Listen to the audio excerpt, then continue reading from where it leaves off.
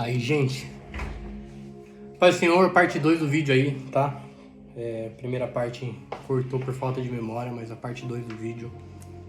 E eu tava falando sobre o poder de sedução da mulher.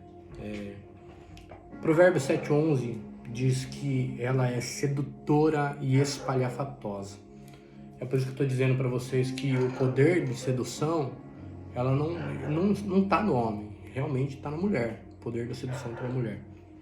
E no meio de tudo que eu estou dizendo aqui pra vocês, no meio de toda a sutileza do inimigo, no meio de todas as coisas que aconteceram, das brechas que foram abertas, né? Na falta de temor, na falta de sinceridade, em todas as coisas mesmo, tá? Junto com o espírito, né? Junto com a sutileza, como estava dizendo aí, sobre a sedução da mulher, muitas coisas aconteceram. Então, quando eu me pronunciei e disse, olha, tô tendo um sentimento, eu abri uma brecha enorme no inferno. Eu não cumpri o papel de sacerdote na minha casa, de ser a cobertura espiritual, de ser o protetor da família, de ser o homem, de guardar a minha casa de toda a investida do maligno. Eu não fiz. O telhado da minha casa ele foi descoberto espiritualmente. Eu perdi toda a autoridade quando eu dei essa brecha.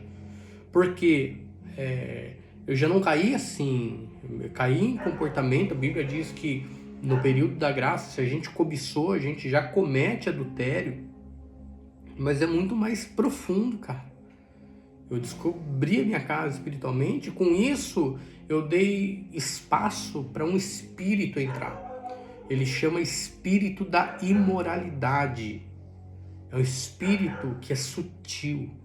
É a imoralidade sexual. É quando o nosso leito ele se torna um leito manchado. É quando ele se torna um leito impuro. Eu falei no vídeo passado sobre o leito, sobre a imoralidade. Eu falei bem pouco. Mas eu dei espaço para a imoralidade sexual entrar dentro da minha casa. A ponto da minha filha menor, não se escandalize com isso, mas é uma realidade. O espírito da imoralidade entrou dentro da minha casa. A ponto da minha filha menor, a Sofia, ela tem 5 anos. Ela ela esfregava o seu órgão genital nas coisas. Uma criança, ela não sabe ainda o que é isso, cara.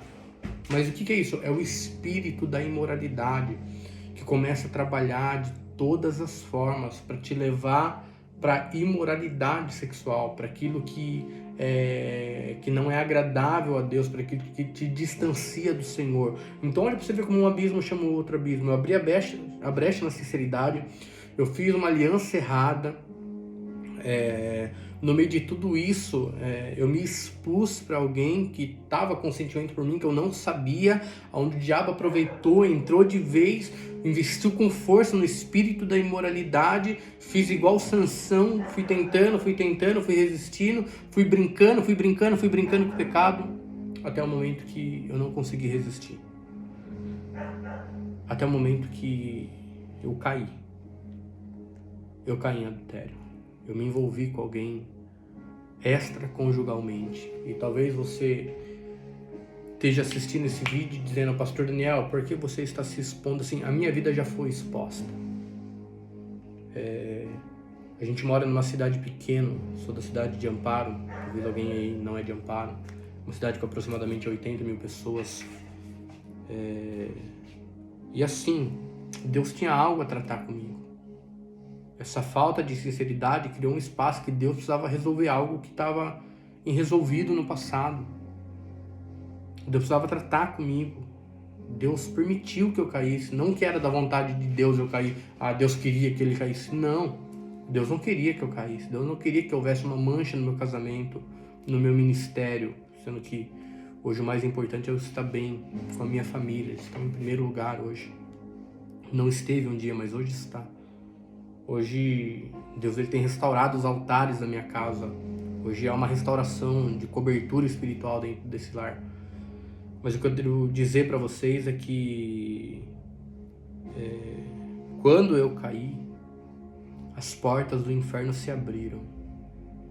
A minha casa virou uma desordem, uma bagunça. O meu relacionamento já não estava bem com a Paty. E foi cada vez piorando, cada vez piorando. Cada vez aumentavam as brigas. A gente aumentava os afazeres. A gente estava se distanciando cada vez mais. Eu já não tinha mais prazer de estar com ela. E ela também não tinha mais prazer de estar comigo. Porque o espírito da imoralidade entrou dentro de casa.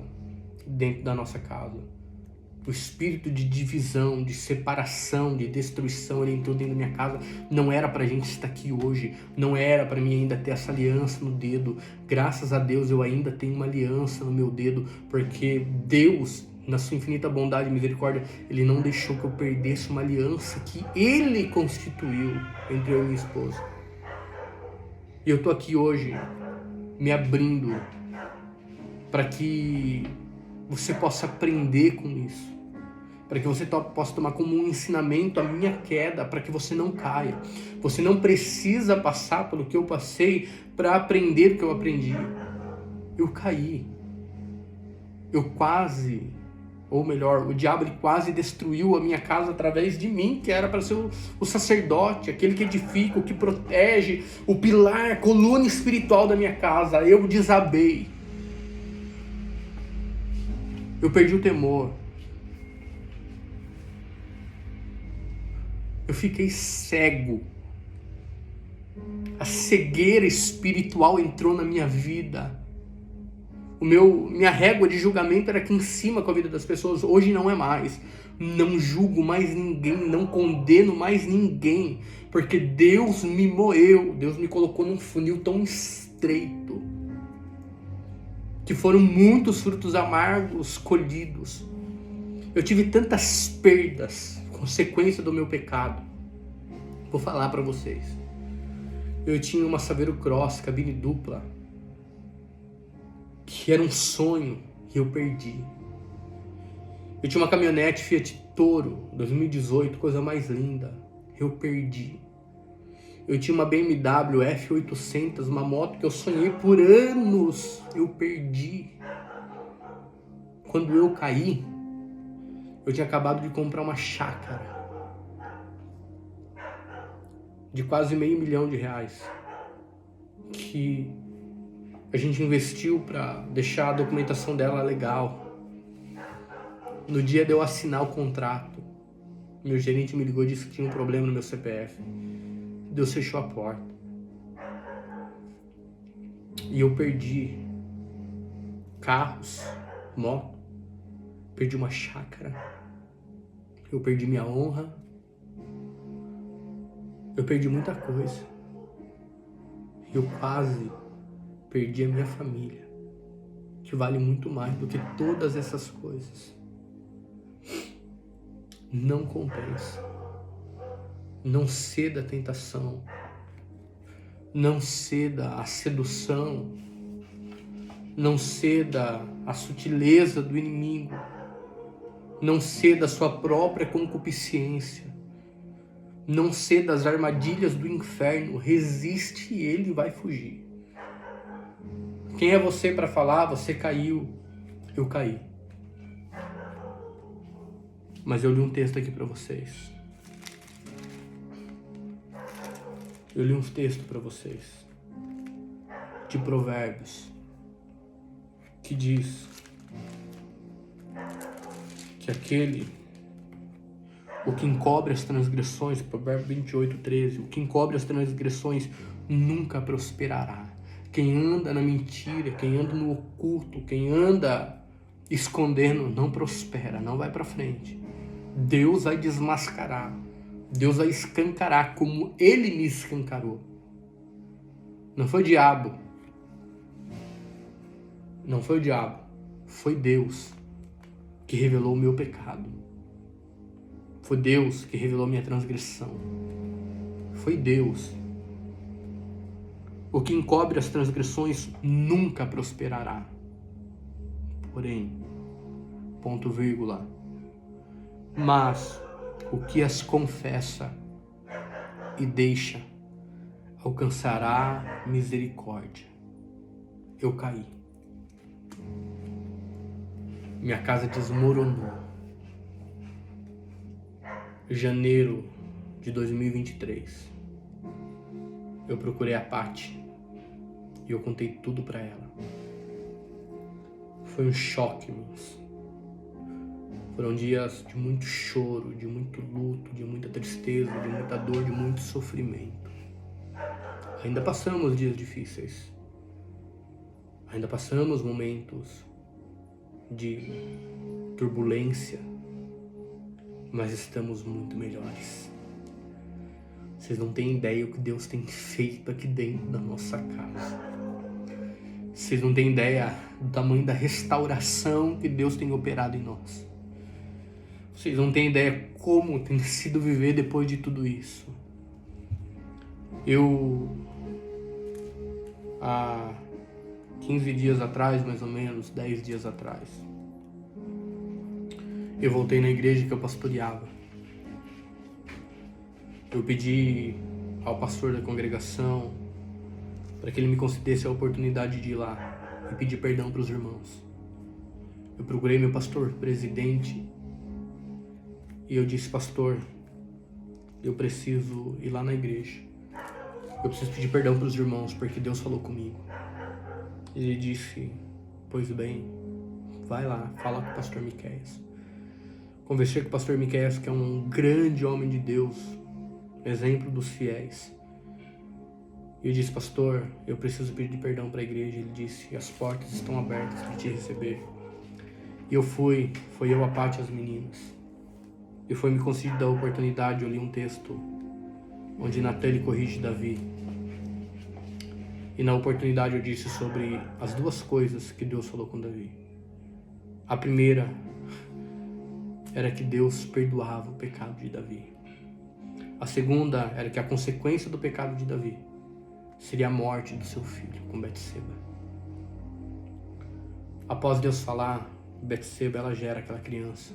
E aquela criança nasce. E ela fica doente, muito doente, porque Deus está cumprindo o que ele falou.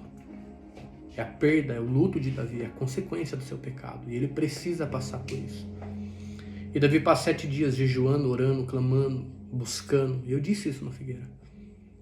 E Deus não tem misericórdia. A verdade é que Deus estava cumprindo a sua palavra, porque Deus zela por ela. A Bíblia não diz, mas com certeza a oração de Davi era essa: Deus, a criança não tem culpa, fui eu que pequei, se for para alguém morrer, me mata. Mas Deus disse que levaria a criança como consequência do pecado de Davi. E Deus levou. E Davi viveu o luto, ele sofreu. Só que quando a criança morre, ele decide viver a outra palavra que Deus liberou, que era o perdão. O perdão é liberado para quem se arrepende. E eu sei do arrependimento do meu coração, da sinceridade que meu coração se encontra. Eu li uma frase que dizia: se o seu pecado gritou, seu arrependimento precisa gritar mais que ele. É por isso que eu fui na igreja pedir perdão. É por isso que eu peço perdão para minha esposa todos os dias. É por isso que eu estou aqui gravando esse vídeo. Para que você aprenda com o meu erro e não cometa igual. Hoje eu tenho vivido um novo período.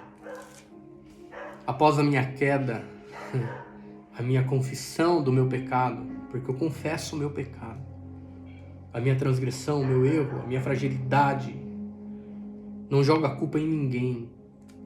Eu sei aonde eu errei, eu sei aonde eu caí, eu sei o que aconteceu, e o maior culpado sou eu. Eu sou pastor, eu sou pai de família, eu sou sacerdote da minha casa, eu sou autoridade aqui. E eu perdi isso por um tempo. Mas hoje Deus tem restaurado isso. E após o meu arrependimento, a minha confissão é igual o filho pródigo, né? Ele só se arrependeu quando ele percebeu onde ele caiu, onde ele estava. Quando ele está comendo das bolotas do porco, ele lembra da casa do seu pai. A Bíblia diz que ele caindo em si, eu caí em si. Cegueira espiritual terminou ali. Porque a cegueira espiritual, ela faz te ver coisas que não são verdade. Ela te prega peças. É igual alguém que está no deserto. Alguém que está no deserto morrendo de sede. caminhando no sol escaldante. De repente, ele olha, ele vê um oásis, ele sai correndo, um oásis, água, água, água. Ele pula, ele dá com a cara na areia, porque é uma miragem. É isso que a cegueira ela faz. Ela faz com que a gente veja coisas que não são, que nunca foram. Mas quando eu caí em si, Deus tirou as escamas dos meus olhos. Quando eu me arrependi, Deus mostrou a cegueira espiritual que eu estava. A minha esposa, ela tinha base bíblica para dizer não quero mais, acabou. Mas a gente resolveu lutar pela nossa casa, pela nossa família. E a Paty, irmãos, ela é minha esposa, mas eu sei que acima de minha esposa ela é uma mulher de Deus. E como ela tem vivido o Evangelho, perdoado, como ela tem vivido ao meu lado, buscando uma restauração. Claro, estamos ainda num processo de cura, mas é como eu falei, a gente nunca viveu tão bem como a gente vive hoje. A gente precisava que as pessoas estivessem perto de gente porque a gente não era suficiente por si só. Hoje não. Hoje há prazer em acordar junto, tomar café junto, há prazer em ir para treinar junto, há prazer em trabalhar junto, há prazer em fazer as coisas junto, há prazer em fazer uma viagem sem outras pessoas precisarem estar junto para ser divertido. A gente achou contentamento no nosso relacionamento. Só que há algo no meio disso tudo que são as revelações de Deus. Se não fossem as revelações de Deus, a gente não estaria aqui. Foi Deus que nos mostrou a inveja. Foi Deus que nos mostrou a sensualidade que estava encoberta. Foi Deus que nos mostrou o espírito da imoralidade. Foi Deus que nos mostrou as raízes das coisas que aconteceram. Não foi eu que falei, não foi a Paty que falou. Deus, ele falou conosco. Eu caí no espírito antes de cair na carne. Os meus altares, eles tinham sido derrubados.